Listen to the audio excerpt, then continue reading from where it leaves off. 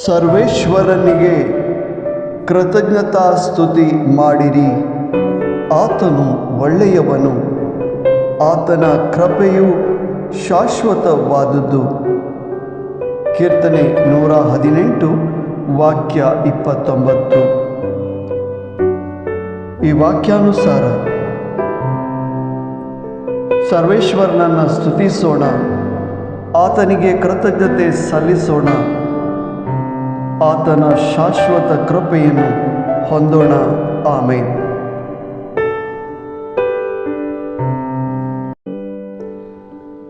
सर्वेस्पराक अर्गा दिव्या कित्याक तो बोरो कित्याक तसो मोग ससनाक तकता. कीर्तन 118 ओळ 29. सर्वेस्पर देवाक अर्गा दिव्या आणि सदानी ताची स्तुती करया. ताच्या अपरमित मोगाचो स्पर्श जोडया. आमेन.